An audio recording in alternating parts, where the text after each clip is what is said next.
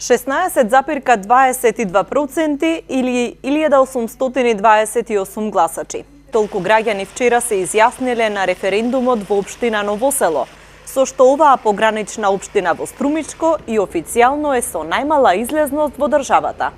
Жителите со кои што денеска разговаравме велат дека за таквата бројка има повеќе причини. Што можеме да кажем? Секој беше пред своја воля. Дали сака да одат, дали не сака да одат. Што знам, и дури ние се чудиме зашо од така видеа. А и многу има што се излезни.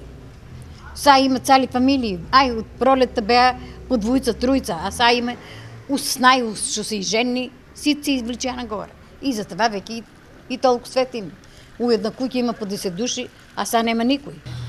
Според нивни причини, не под државни, според нивни причини, због договорот сенат дека не е исправно и затоа не издеват.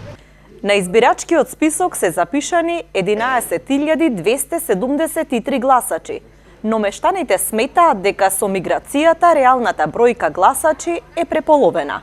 Сепак минатата година на референдумот и изборите излегле далеку поголем број граѓани.